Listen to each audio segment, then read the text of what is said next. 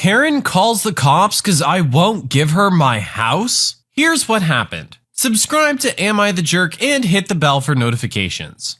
At the beginning of lockdowns here in Germany, my mother came to me saying I should let her live with me in my house because, wait for it, I'm your mother. Well, I let her move into the granny apartment. It has a separate entrance and has one bedroom, one bathroom, kitchen and dining room, and living room. While she slept in the apartment, she used the main kitchen to cook her meals, but refused to cook shared meals, used the main living room to watch TV, and basically acted as if she owned the house. Any of my complaints, she likewise dismissed with, I'm your mother. It all came to a head when I was working on a computer in the living room. There was a lull while the system setup was doing its thing, so I went to the kitchen to brew tea and have a snack. During this time, my mother went into the living room to watch TV, but I had been listening to Vivaldi's Four Seasons. So she started pulling power plugs in an attempt to shut off the music. One of the first plugs she pulled was of course the computer I'd been working on. When I came back from the kitchen, she rejected any fault for it. According to her, it was clearly my fault because she had to shut off the music to watch TV. So why should she feel free to shut off my music in my house? Not to mention that I had to start over the system setup? Well, because I'm your mother. I countered with, and my mother is a guest in my house, so until you behave like a guest, you better go to your apartment. She didn't like being treated like that one bit. Well, she went to her apartment and then left. I went to a hardware store and bought new locks. Until then, the keys for the main door also worked for the apartment door and vice versa. The inside door connecting the apartment and the main house didn't have a lock at all. So yes, I locked her out of the main part of the house. And then the phone calls started. First from my brother, to whom I suggested he take her in. The house he lives in alone is even larger than mine. Then my older sister, who has 2 spare rooms in her and her husband's condo since her children moved out long ago, and who didn't like the suggestion she should take our mother in either. My sister's daughter was somewhat surprised when I explained to her that the house belongs to me and not to her grandmother. Her brother only called to get my confirmation about that. My brother's son was actually on my side but warned me about my mother planning something. So a few days later, while running errands, I get a call from the hardware store, from which I bought the new locks. They told me that the police had called them to send someone to open the house. What had my mother done? She called the police for help because her son had locked her out of the house. When the officers at my house confronted me with that, I simply told them to try her key at the door on the side. Obviously, they hadn't done that before. Then they wanted proof that it was actually I who owned the house. Oddly enough, the copies of the deed I had at home were nowhere to be found. So I called my attorney and he sent one of his partners with new copies. He also brought eviction papers telling me to consider it. I simply asked for a pen. A couple of days later, my mother moved in with my brother. Brother, older sister, and her husband helped her with her stuff. Brother made a last effort to make me change my mind. My sister merely treated me with contempt. Brother-in-law told me quietly he vetoed our mother moving in with them before my sister even made the suggestion. But this still isn't the end of it. The police officers are pressing charges for falsely reporting a crime, me locking her out. Everyone and his little brother has called me to take back the charges. Even though I hadn't pressed them in the first place, it's out of my hands, and to tell the police that it's all just a misunderstanding, or at least to put in a good word for her. Why? Of course, because she's your mother. But honestly, am I the jerk?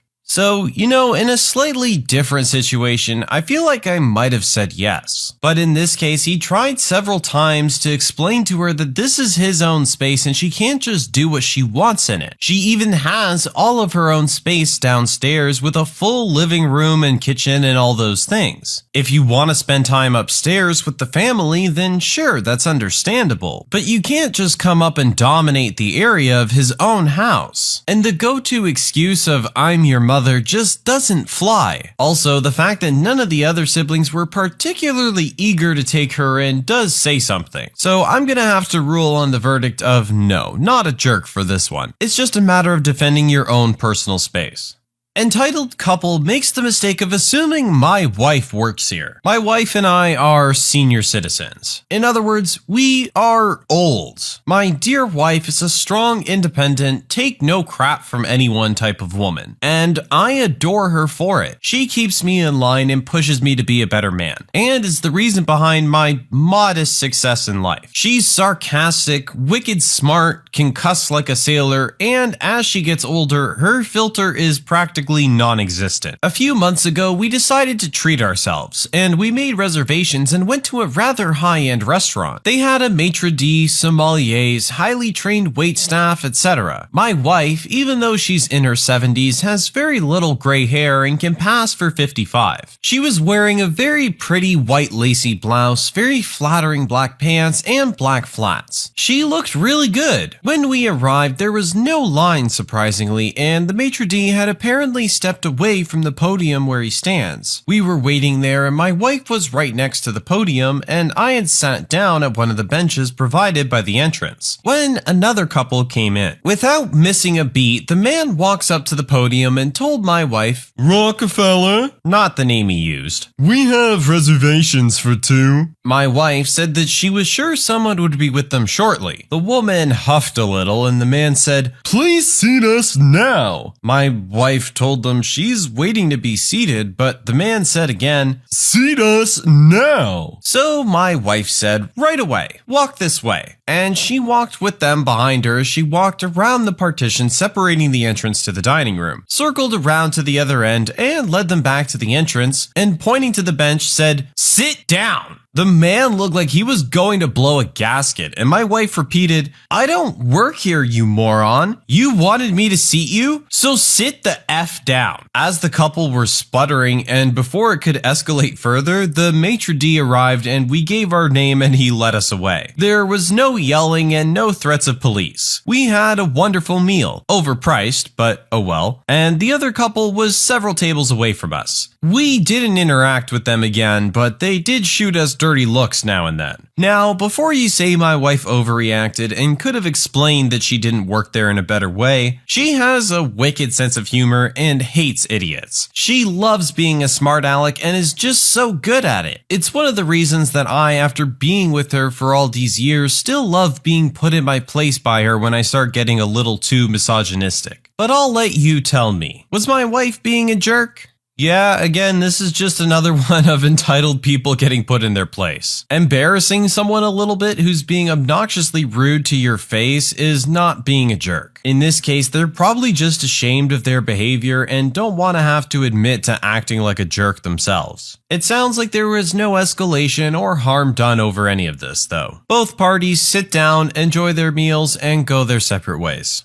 My desktop is not the same as your desktop. So this just happened like a minute ago. One of the team leads in my department was having trouble getting something to work in Excel and pinged me for help. I asked if she could email me the spreadsheet so I could take a look myself, and she sends me a link instead to the spreadsheet on her desktop, as in her C drive /users/username/desktop. I began rubbing my temples because I knew this particular person well enough to know that a simple explanation would not be heard, processed, and acted on. But I had to try anyway. I responded explaining that I can't access files stored on her hard drive and that she needs to send it to me as an attachment. She responds by saying, "It's on the desktop. If the link won't work, just open it." I again explained that her desktop and my desktop are not the same thing, and I am no more able to open items on her desktop than she is of opening things on mine. She responds, somehow arguing with the guy that she wants help from, "If I'm so incompetent, why are you asking me for help?" that she's opened the recycle bin, and I have a recycle bin. Therefore, since we both have recycle bins, I should be able to open things on her desktop. This is the point where I dial back the professionalism and let my tenure absorb the hit if she pitches a fit. I say, "Excuse me," and get up, then turn on the kitchen faucet. I work from home and I know from prior prior experience that it's audible from my home office. I sit back down at my desk and say, "I've just turned my kitchen faucet on. Do you have any water in your sink?" The silence lasted a good 10 seconds, and I swear I could almost hear the hamster wheel in her head straining. And finally she says, quietly and clearly trying to sound as neutral and unflustered as possible, "Okay, that makes sense. I'll send it over as an attachment." But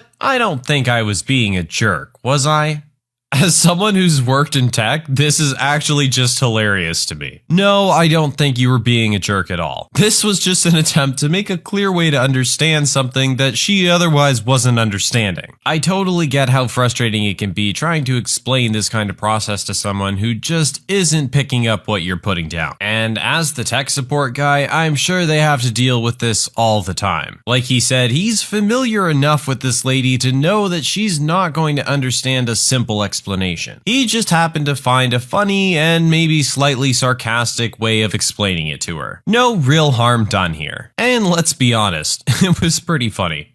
Apparently, I'm a jerk for not giving my grandson a job that I offered him. I always wished my sons would like to follow in my footsteps. I own a small business that pays really well, and I wanted them to work for me and learn how to manage it so they can have it after me. But neither of them was interested, which is alright. I understand that they have their own dreams. My granddaughter, who turned 16 9 months ago, was looking for a part-time job. She asked me if she can work from me and learn from me. She's been doing a really good job and is planning to work with me full-time after high school. I'm of course very glad that one of my kids is finally showing interest in my job, and since she's my granddaughter, I pay her more than I would any stranger. Also, she gets to set her own schedule, so basically I'm more flexible with her. My sons and their families were all at my home a few days ago. We were all talking and the conversation went towards jobs. My son asked my granddaughter about her job and was peeved when he found out the payment and schedule. He said that his son, 17, had a job that is harder than hers and pays less. He accused me of favoring my granddaughter and asked me to give my grandson a job. I told him that my grandson had the option to take this job but didn't. He said they didn't know the conditions of this job. I told him there's no opening anymore and I don't want the business to be split between multiple people. Granddaughter is going to get the business. Everyone else had the chance but decided not to use it. He called me a jerk and said it's not fair to give her everything and not give my grandson anything.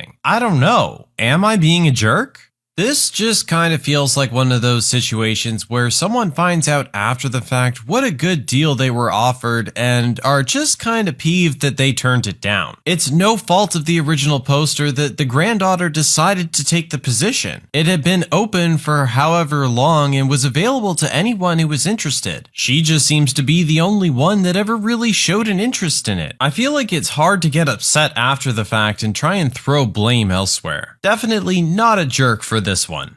I couldn't help but be honest with my mother-in-law about why I was making my husband sleep on the couch. My husband and I had a big fight last night because of how he was talking about the women his two bosses are married to. Basically, he works at a firm owned by two business partners and their wives despise each other. Everyone at the firm knows it, so they decided to do a prank at the company party and get them to unknowingly wear the same dress. Personally, I didn't think it was funny as I don't like seeing women treated like that, but everyone thought it was hilarious. I recently overheard my husband talking to a coworker and the guy mentioned having a good picture of it. My husband made a joke about how he should send him that picture as they're both so beautiful it would be like having a piece of art. Needless to say, I was beyond hurt and I had him sleep on the couch. My mother-in-law came over later in the day to pick up our kids. She's pretty nosy and usually when she asks questions, I'm honest and tell her it's none of her business, but I thought she should know what type of son she raised. So when she asked why there were pillows and blankets on the couch, I answered honestly. Mother-in-law thought it was funny and told father-in-law, who made a gross comment about how if my husband was more successful, maybe he could have a wife who looked like them. This really hurt my husband, and now he's saying that I'm the jerk because I know how his parents are and I weaponize them to hurt him. He feels I was petty as I normally have no issue telling mother-in-law to mind her own business. So was I being the jerk?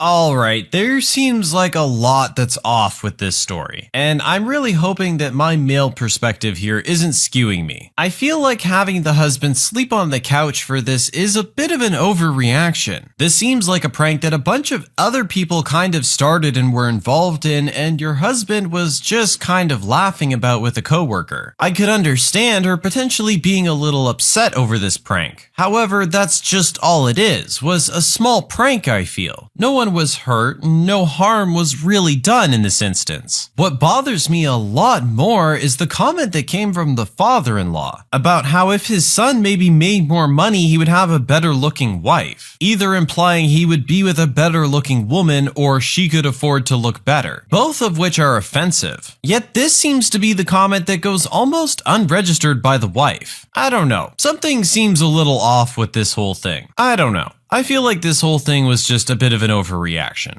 Sorry, sis, it's not my fault you never got to go to your dream school. The family dynamic is messy and complicated, but I'll try and clear up any confusion. I'm the oldest out of my 4 siblings. Me, 43-year-old male, Julia, 40-year-old female, Kenzie, 27-year-old female, and Katie, 23-year-old female. Julia doesn't play a part of this. She disowned the family, and yeah. Our dad ran out on us, and mom was busted for possession, among other crimes, when Katie and Kenzie were still very young. So they ended up in the custody of my grandma. If you ask them, they survived World War II, but it wasn't that bad. Our grandma was overly protective and tired of having to take care of kids again, but nothing extreme. Her health rapidly declined in their early teen years. I was out of state, so I wasn't a physical caregiver. I was power of attorney, so I was a financial caregiver while they took care of the physical needs. Katie was going to drop out of high school. She barely graduated. This is important for the future. Once she graduated, her and Kenzie came to me. They said they wanted to put grandma in a home so Kenzie could take a manager position, and Katie wanted to get out of town, go to our state capital, take classes at a community college, and transfer to their selective university. She said a teacher who knew her situation believed she had potential to get there and become something great. They said it wasn't possible when caring for grandma. I told them no. They've resented me since. Katie went to a community college in our town and flunked out right away. After grandma died, she went back and has been doing all right. She fell into depression after her boyfriend cheated on her. She was talking about it to Kenzie and myself and said the thing that hurt was the person he cheated with was beautiful, talented, and then she said his affair partner actually goes to her dream school. She said this girl was everything she should have had in life. Well-rounded high school experience, parents to support her, a great education, and now this girl had truly taken everything from her. Then she mentioned she should have been at that school, but she was wiping the butt of something who called her every name in the book for 2 more years longer than she should have. This isn't the first time she's been tipsy and made a passive-aggressive comment. So I told her, Katie, I'm not the reason you couldn't go into your dream school. You failed out right away from community college and would have did the same thing there. You weren't ready and can't accept that. Kenzie told me that I was being a jerk who didn't understand burnout.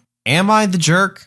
Yeah, this is a situation that I definitely feel like could have been handled in a lot of different ways, and a lot of those probably being better than the way it was handled. It seems like the original poster may have kind of brushed aside how his sisters were feeling. They had stated their displeasure at living with grandma, let alone having to take care of her for an extended number of years. Once the time came for them to properly try and start their lives, they came to him asking for some kind of help and relief. It seems like this maybe should have been considered a little more carefully than just a straight up no. At the end of the day, perhaps a home is the best place for grandma at that point, where she can properly be looked after. It may also be that the original poster just didn't want to have to pay for it and felt he was getting free labor from his sisters. I would like to hope that isn't the intent here, but it seems like that may be the case. I feel like I gotta make the call on this one. You're being a jerk.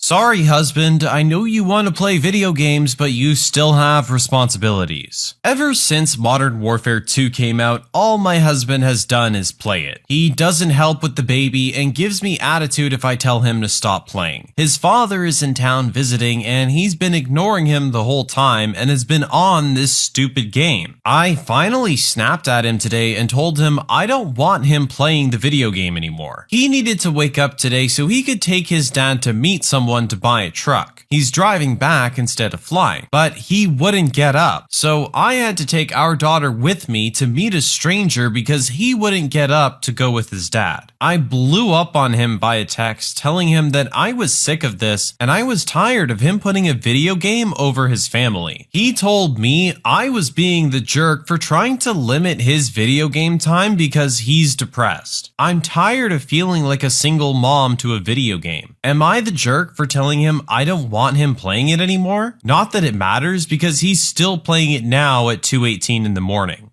Alright, so this one at face value definitely seems like the husband is probably just trying to avoid doing anything and just wants to play his video game instead. Now, in the interest of listening to both parties' sides of the story, he does say that he's depressed. As someone who's had to deal with depression, I do understand how it can be hard to have to deal with regular everyday situations, and how you kind of want to just be left alone and do your own thing. But it's pretty clear that he has some serious responsibilities here with a baby in the house and his father in town needing his help, so sometimes you just have to do what you have to do. Sometimes you have to pull yourself out of that hole and just get over that bump and start moving. Once you get going, it's really not so bad, and you can get done what you needed to do, and then be able to enjoy your game a little bit more without feeling guilty about not having taken care of the tasks you needed to take care of. Original poster, definitely not the jerk in this situation. Husband kinda seems like he's being the jerk, and maybe just using depression as an excuse. But it isn't something that you ever want to assume someone is using as an excuse, and if he really is depressed, I hope he's getting the help he needs. When you subscribe, make sure to hit the bell to turn on notifications. Put the playlist on in the background to finish listening to all the stories linked at the top of the description. And if you like Am I the Jerk, give Am I the Genius a shot, linked in the description as well. Either way, thanks a lot for watching, and we'll see you guys next time.